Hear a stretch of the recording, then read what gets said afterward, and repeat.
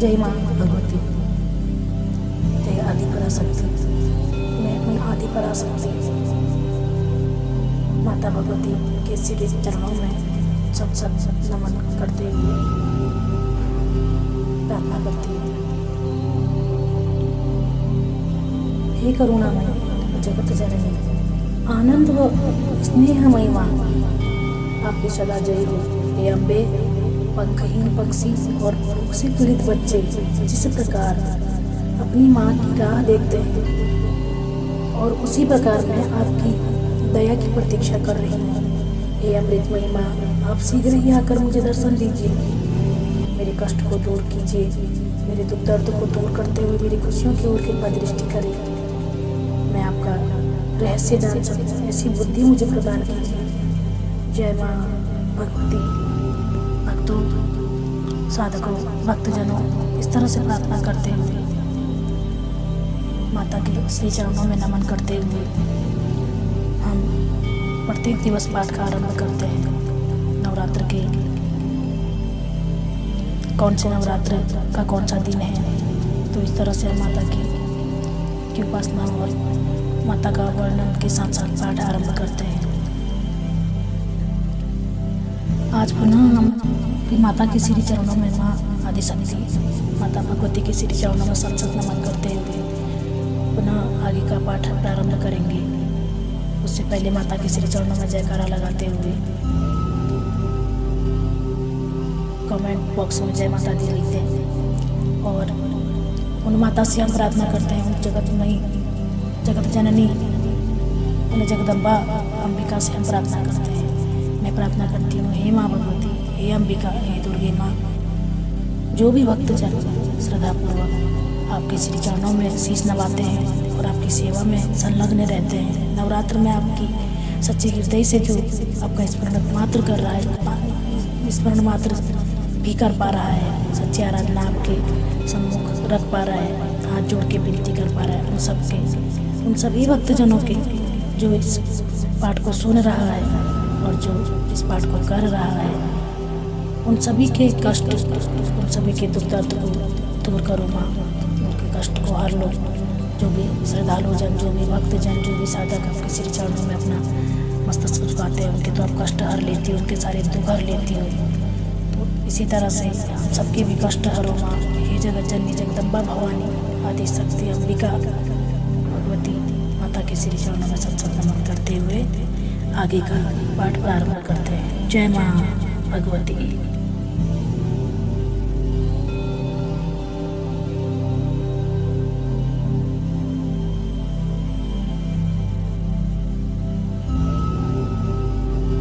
जय माता दी भक्तों, साधकों, भक्तजनों, आज 8वें दिन महागौरी की व्रत विधि और उपासना करते हुए माता महागौरी की प्रार्थना करते हुए उनको नमन करते हुए आज सप्तशती के आखिरी अध्याय 13वें अध्याय का पाठ करेंगे। पहले हम माता के श्री चरणों में, माता महागौरी के श्री चरणों में हम अपना शीश नवाते हैं। श्वेते वृषे समारूढ़ा श्वेतांबरा धरा शुचि महागौरी शुभम दधा महादेव परमोददा। माँ दुर्गा जी की 8वीं शक्ति का नाम महागौरी है। दुर्गा पूजा के 8वें दिन महागौरी की उपासना का विधान है। इनकी शक्ति अमोघ और सद्य फलदायिनी है। इनकी उपासना से भक्तों के सभी कलमश धुल जाते हैं। चलिए पाठ प्रारंभ करते हैं। 13वां अध्याय, सती का 13वां अध्याय जो आखिरी अध्याय है, इसको सुनते हैं। राजा सूरत और वैश्य को देवी का वरदान।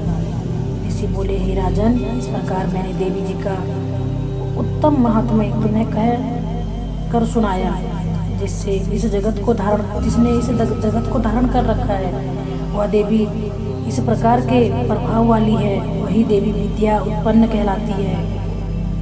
उसी विष्णु की माया ने ही, हे राजन, तुमको इस वैश्य को, उसी विष्णु की माया ने ही, ये राजन, तुमको इस वैश्य को तथा और भी विवेकवान जनों को मोहित कर दिया है। यह पहले ही मोहित थे, फिर आगे भी मोहित होंगे। इसलिए हे महाराज, तुम उसी परमेश्वरी की शरण में जाओ, क्योंकि वही देवी आराधना करने पर मनुष्य को भोग, स्वर्ण एवं मोक्ष आदि प्रदान किया करती है। मार्कंडेय ऋषि बोले, क्रौष्टुकी जी इस प्रकार ऋषि की बात सुनकर राजा सूरत और उत्तम व्रतधारी महाभाग मेधा ऋषि को प्रणाम किया। राजा ने उत्तम व्रतधारी महाभाग मेधा ऋषि को प्रणाम किया तथा ममता और राज्य आदि के हरण से दुखी होकर तत्काल ही वह राजा तप करने चला गया। वह वैश्यवी नदी के समीप जाकर भगवती के दर्शनार्थ देवी के सूक्त का जप करने लगा। और फिर राजा तथा वैश्य दोनों नदी के समीप मृत्तिका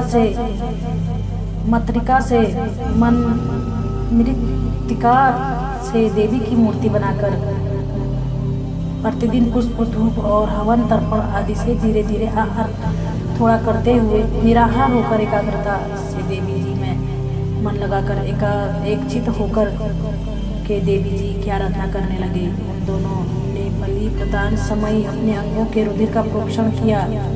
इसी प्रकार संयम पूर्वक 3 वर्ष पर्यंत में आराधना करते रहे। तब तो जगत को धारण करने वाली देवी ने प्रत्यक्ष होकर दर्शन दिया। और तब राजा से चंडिका जी देवी बोली, हे राजन कुल नंदन, तुम दोनों जिस अभिष्ट की प्राप्ति के लिए मेरी प्रार्थना करते हो मुझसे मांगो, मैं प्रसन्न हूँ, तुम्हें सब कुछ दूंगी। मार्कंडेय जी बोले, तब राजा ने तो दूसरे जन्म में अक्षय रहने वाला राज्य मांगा और इस जन्म में शत्रु सेना का बलपूर्वक नाश करके फिर अपने राज्य की प्राप्ति का वर मांगा। वैश्य का तो चित्त संसार से खिन्न हो चुका था, इसलिए उस बुद्धिमान ने उस ज्ञान का वर मांगा जिसके द्वारा संसार की अहत्ता ममतात्मक आसक्ति नष्ट हो जाए। देवी बोली, राजन थोड़े दिनों तक तुम अपना राज्य पालोगे, कठिनता के बिना ही अपने शत्रुओं का नाश करोगे, वहीं पर तुम्हारा राज्य स्थिर हो जाएगा। फिर देहांत होने पर तुम सूर्यदेव के अंश द्वारा जन्म पाकर इस पृथ्वी पर आप सावर्णिक नाम के मनु होंगे। हे श्रेष्ठ वैश्य, तुमने जो उत्तम वर मांगा है मैं उस वर को देती हूँ। मोक्ष प्राप्ति के लिए तुम्हें उस ज्ञान की प्राप्ति होगी। मार्कंडेय जी बोले, इस प्रकार देवी जी ने उन्हें अभिलाषित वर दिए। फिर उन दोनों की भक्तिपूर्वक की गई स्तुति प्रसन्न होकर देवी तत्काल ही अंतर ध्यान हो गई। इस प्रकार यह क्षत्रिय श्रेष्ठ सूरत देवी से वर पाकर फिर सूर्य से उत्पन्न होकर सावर्णी नामक मनु होगा। देवी होगा। भक्तजनों, सप्तशती का पाठ 13वां अध्याय समाप्त हुआ। अब हम देवी सूक्त का पाठ करेंगे। भगवती बोली, मैं रुद्र, वसु, आदित्य और विश्वदेव रूप से सर्वत्र विचरती हूँ। मित्र, वरुण, इंद्र, अग्नि और अश्विनी कुमारों को भी मैंने ही धारण कर रखा है। सोम, यांग, विश्वकर्मा, सूर्य और ईश्वर नाम के देव मैंने ही धारण कर रखे हैं, जो देवताओं के उद्देश्य से प्रचुर हवि युक्त सोम या गादी का अनुष्ठान करते हैं।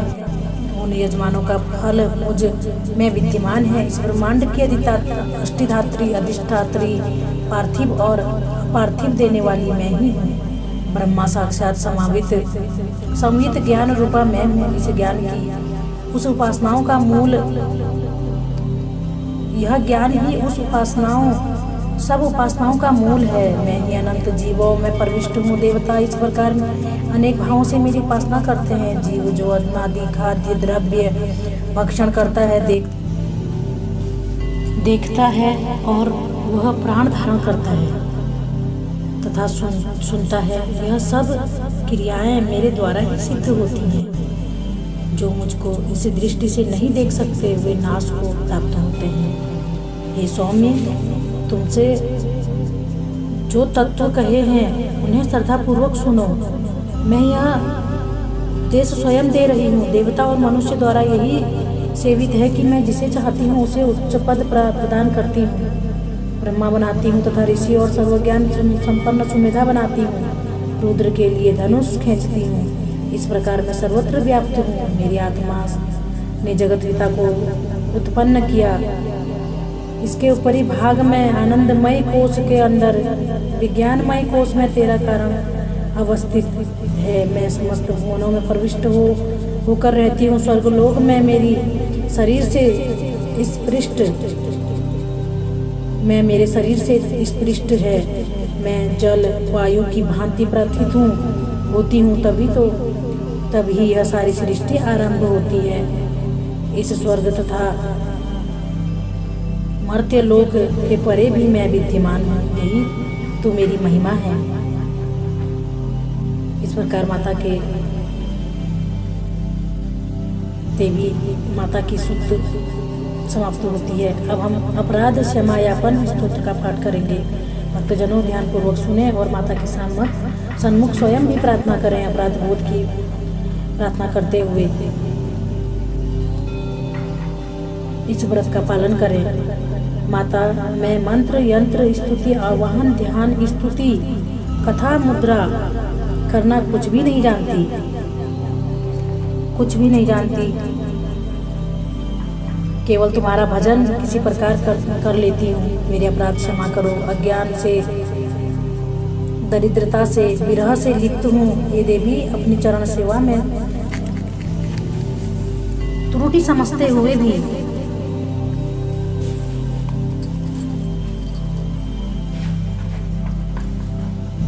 तुम मेरे अपराध क्षमा करो। मेरा सर्व प्रकार से उद्धार करो। पृथ्वी की भांति पुत्रों का सरल स्वभाव से अपने पुत्रों के अपराध क्षमा करो। हे शिवे, मेरा त्याग कभी न करना। समुचित रूप से मेरा ध्यान रखो। हे जगत माता, हे जगन माता, तेरी आराधना नहीं कर पाती हूँ, तभी भी तुम्हारा स्नेह मेरे ऊपर निरंतर बना रहे। सभी को छोड़कर मैं तेरी शरण में रहूँगी। मेरे इस शरीर को उपयोगी बना। हे माता, यदि आपकी कृपा मुझ पर न हुई तो मैं बिना सहारा इस जगत में उदर पोषक ही बनी रहूँगी। स्वपाकी, जलपाकी, माधुपाकी होकर भी निराश्रित रहूँगी। चिरकाल तक कोटि स्वर्णा मुद्रा की इच्छा रखते हुए तुम्हारा चिंतन करूँ। हे जननी, जपनीय जप विधियों का कैसे ज्ञान करूँ। चिता की भस्म लेप कर, हलाहल विष का पान कर, दिशा का वस्त्र धारण कर, जटाधारी बना कंठ में सर्पों को लपेट, पशुपति शंकर के पति वाली कपाल हाथ में लिए, उद्देश्यों की पालन करने वाली, जगदीश की पदवी देने वाली हे भवानी, मैं तुम्हारी शरण में, क्या तुम्हारी शरण में फल मिलेगा? न मोक्ष की आकांक्षा है, न संपूर्ण वैभव की इच्छा है, और न मुझे ज्ञान की अपेक्षा है। शशि मुखी की सेवा करती रहूं, यही इच्छा है और कोई भी इच्छा नहीं है। अब हे जननी, तुमसे मांगती हूँ कि जन्म लेकर मुझे तुम्हारी चरण सेवा में लिप्सा रहे। हे मृडानी, हे रुद्राणी, शिव भवानी का जप करूं। हे श्यामे, तुम यदि किंचित मात्र भी मुझ अनाथ पर कृपा कर दो तो मेरा कल्याण हो जाए। तुम्हारा भजन करती रहूं। हे दुर्गे, दया देने वाली, मैं भूख प्यास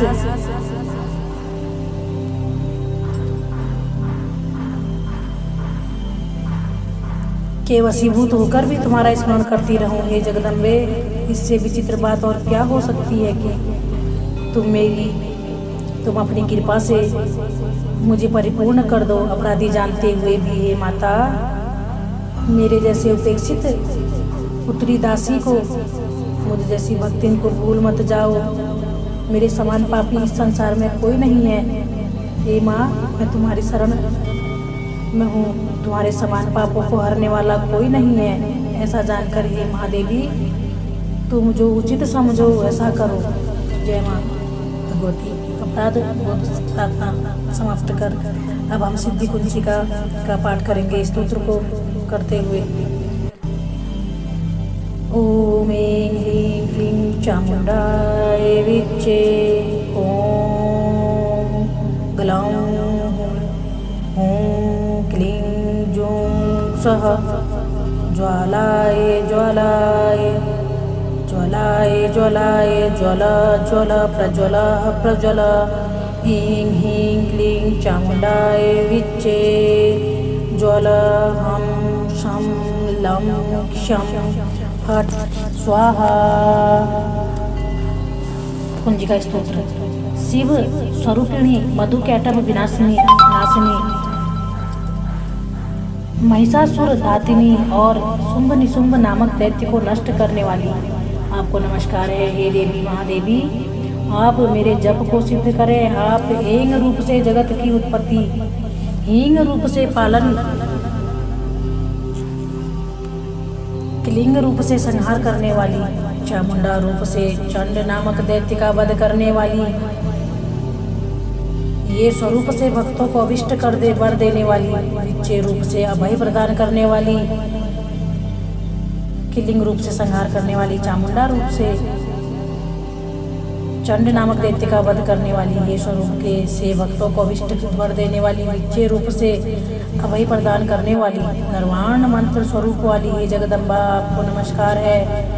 ताम धीम धूम स्वरूप दुर्जटी शंकर की पत्नी, वांग वीं वूं स्वरूप वांग वाणी की अधीश्वरी सरस्वती, क्रांग क्रीं क्रूं रूपिणी कालिका, सांग सीं सूं स्वरूपिणी शांति देवी मेरा कल्याण करे, हूं हूं स्वरूप वाली ओंकार रूपिणी देवी, जंग जंग जंग रूपिणी जंभ नादिनी देवी तथा भ्राम भीम भ्रूम स्वरूप वाली भैरवी भद्रा तथा भवानी आपको बारंबार नमस्कार है। आपको बारंबार नमस्कार है। अंक कंक चंट तंट तंक से कुरु कुरु स्वाहा तक पाठ करे, पां पिंग पुं स्वरूपिणी पार्वती, पूर्णाहा खाम खीम खूम रूपिणी खेचरी एवं लांग लीं लूं मूल विस्तीर्ण रूपिणी कुंजिका देवी को नमस्कार है तथा सांग शीं शूं स्वरूप वाली दुर्गा सप्तशती के समस्त मंत्रों की सिद्धि हे देवी मुझे प्राप्त हो। इस प्रकार से देवी सूक्त का पाठ करते हुए अब हम नवरात्र में कन्या पूजन विधि की ओर बढ़ते हैं। श्री दुर्गा के भक्त को देवी जी की अतिशय प्रसन्नता के लिए नवरात्रि में अष्टमी अथवा नवमी को कुमारी कन्याओं को अवश्य खिलाना चाहिए। इन कुमारियों की संख्या 9 हो तो अति उत्तम, शक्ति न हुए तो 2 ही सही, किंतु भोजन कराने वाली कन्याएं 2 वर्ष से कम तथा 10 वर्ष से ऊपर नहीं होनी चाहिए।